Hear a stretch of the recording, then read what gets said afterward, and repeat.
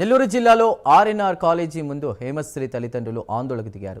గత ఆగస్టులో కాలేజీ వేధింపులు తాళలేక హేమశ్రీ ఆత్మహత్య చేసుకోగా అప్పట్లో విద్యార్థి సంఘాలు పెద్ద ఎత్తున ఆందోళన చేయడంతో హేమశ్రీ తల్లిదండ్రులను పిలిచి సెటిల్ చేసుకున్నారు. అయితే 15 లక్షల నగదుతో పాటు 10 లక్షలకు చెక్ కూడా ఇచ్చారు. అయితే చెక్ బౌన్స్ కావడంతో కాలేజీ అధినేత రవీంద్రనాథ్ రెడ్డిని హేమశ్రీ తల్లిదండ్రులు ప్రశ్నించగా అయితే డబ్బులు ఇచ్చేది లేదని బెదిరింపులకు పాల్పడ్డారంటూ ఆందోళనకు దిగారు. తమకు న్యాయం చేయాలని కాలేజీ ముందు నిరసన చేపట్టారు.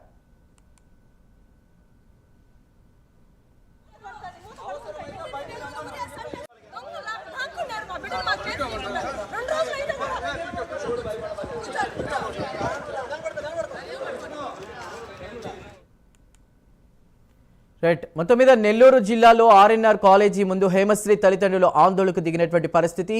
ఆందోళనకు సంబంధించి పూర్తి డీటెయిల్స్ అందించడానికి మా ప్రతినిధి నరేష్ సిద్ధంగా ఉన్నారు. నరేష్, చందు, ప్రస్తుతం నేను నెల్లూరులో ఉన్నటువంటి ఆర్ఎన్ఆర్ కళాశాల యాజమాన్యం ఉన్నటువంటి ప్రాంగణం ముందున్నాను. హేమశ్రీకి సంబంధించినటువంటి తల్లిదండ్రులు అయ్యుండొచ్చు, విద్యార్థి సంఘ నేతలతో పాటు సిపిఐ పార్టీ నాయకులు కూడా ఆవేదన వ్యక్తపరుస్తున్నారు. ప్రస్తుతం నినాదాలతో కూడా హోరెత్తుతున్నటువంటి పరిస్థితి కనపడతా ఉంది. ఏదైతే ఈ సంవత్సరంలో ఆగస్టు 10వ తేదీ హేమశ్రీ చనిపోయిన తర్వాత ఇటు విద్యా సంస్థలకు సంబంధించినటువంటి ఎవరైతే యాజమాన్య వేధింపులకు తట్టుకోలేకే విద్యార్థి ఇక్కడ సూసైడ్ చేసుకుంది. అప్పుడు తల్లిదండ్రులు కూడా చాలా రోడ్డు మీద ఎక్కినటువంటి పరిస్థితుల్లో వాళ్ళతో మాట్లాడుకొని 25 లక్షల రూపాయలు సెటిల్మెంట్ అయితే చేశారు. వాళ్ళు భయభ్రాంతులకు గురి చేసి 25 లక్షల రూపాయలు, అప్పట్లో 15 లక్షల రూపాయలు ఇచ్చిన తర్వాత 10 లక్షల రూపాయల చెక్కుని ఇచ్చారు. ఆ తర్వాత చెక్కు బౌన్స్ అవడం, చెక్కును యాజమాన్యం చైర్మన్ అడిగితే ఆయన బెదిరింపులకు చర్యలు పాల్పడడంతో ఒక్కసారిగా వాళ్ళకి దిక్కుతోచిన పరిస్థితిలో ప్రస్తుతం ఆర్ఎన్ఆర్ కళాశాల ముందే వచ్చినారు. నేను విజువల్స్ లో చూపిస్తున్నాను. హేమశ్రీకి సంబంధించినటువంటి తల్లిదండ్రులకు మద్దతుగా కూడా సిపిఐ నాయకులు కూడా ఇక్కడ చేరుకొని ఉదయం నుంచి కూడా ఇక్కడే ప్రస్తుతం ఎవరైతే హేమశ్రీ కన్నీటి వీడుకోలు చెప్పినప్పుడు కూడా ఆమెకి సంబంధించినటువంటి కుటుంబానికి ఆర్థికంగా ఇవ్వాల్సినటువంటి 10 లక్షల రూపాయల చెక్కు బౌన్స్ చేయడంతో ప్రస్తుతం వాళ్ళంతా కూడా ఇక్కడ నినాదాలతో వాళ్ళ యాజమాన్యం సంబంధించినటువంటి క్యాంపస్ ఎక్కడైతే చనిపోయిందో, పాప సూసైడ్ చేసుకుందో అక్కడే ప్రస్తుతం ఉన్నారు.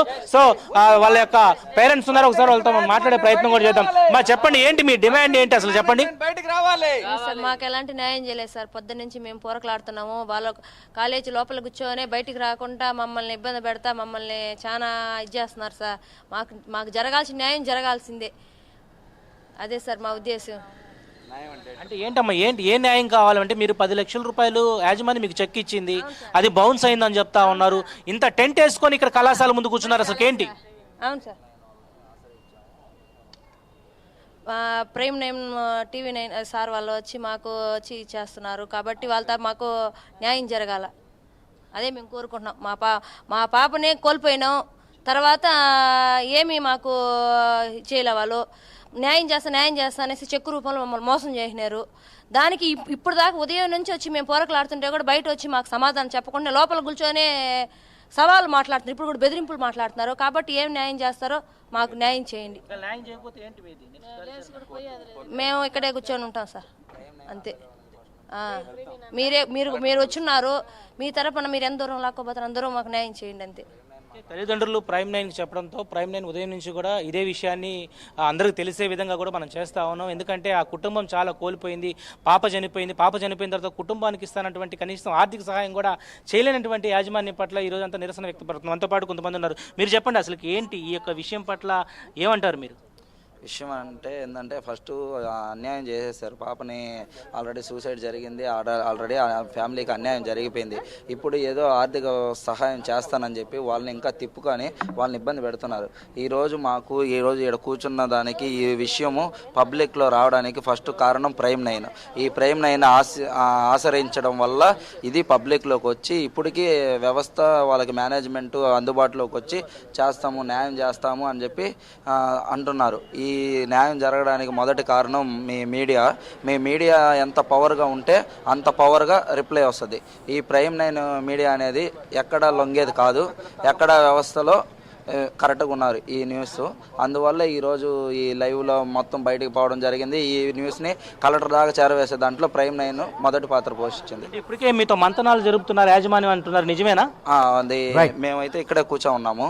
ఇంకేమన్నా వాళ్ళతో మాట్లాడి వాళ్ళకి నష్టపరిహారం చేస్తే వాళ్ళకి తర్వాత మేము వాళ్ళతో ఫ్యామిలీతో మాట్లాడితే ఆ యాజమాన్యం వచ్చి ఆయన ఆర్ఎన్ఆర్ మెయిన్ ఆయన వచ్చి సో యాజమాన్యం అయితే ప్రస్తుతం మంతనాలు జరుపుతా ఉన్నారు. వాళ్ళకి ఇవ్వాల్సినటువంటి అమౌంట్ అయితే ఖచ్చితంగా ఇస్తామని చెప్తున్నారు ఇప్పుడు కూడా. అయితే నేను మధ్యాహ్నం నుంచి కూడా ఉదయం నుంచి వాళ్ళు వచ్చినప్పటి నుంచి కూడా మనం అనేక పర్యాయాలు కూడా వాళ్ళతో మాట్లాడుతున్నాం. యాజమాన్యంతో కూడా బాధ్యులకు ఇవ్వాల్సినటువంటి చెక్కుని ఖచ్చితంగా వాళ్ళకి అమౌంట్ చెల్లించాలని చెప్పి ఒకవైపు వాళ్ళకి తోడ్పడుతున్నటువంటి సందర్భంలో వాళ్ళందరూ కూడా ప్రస్తుతం ఇక్కడే టెంట్ వేసుకుని అలా కళాశాల ముందు బైఠాయించారు.